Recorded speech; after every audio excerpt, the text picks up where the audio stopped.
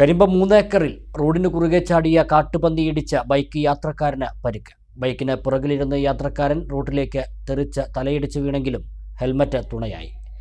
പരിക്ക് കൈക്കും മുഖത്തും മാത്രമാണ്.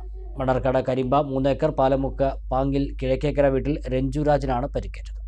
വ്യാഴാഴ്ച രാത്രി വാക്കോട് കനാൽ പാലത്തിന് സമീപത്തായിരുന്നു അപകടം.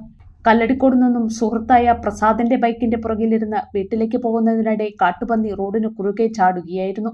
പന്നിയിടിച്ചതോടെ ബൈക്ക് റോഡിൽ തെന്നിമറിഞ്ഞു. തെറിച്ചു വീണ രഞ്ജുരാജിന് കൈകാലുകൾക്കും മുഖത്തും സാരമായി പരിക്കേറ്റു.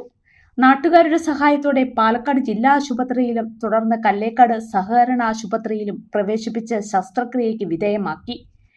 ഏതാനും മാസങ്ങൾക്ക് മുൻപ് ഇതേ സ്ഥലത്ത് വെച്ച് 3 ഏക്കർ സ്വദേശി ഭവിനെ കാട്ടുപന്നി സ്കൂട്ടറിലിടിച്ച് മറിഞ്ഞ് പരിക്കേറ്റിരുന്നു. തലയ്ക്ക് സാരമായി പരിക്കേറ്റ ഭവിൻ ഇപ്പോഴും ചികിത്സയിലാണ്. UGS ഗോൾഡ് ലോൺ വാർഷിക പലിശ 4% മാത്രം.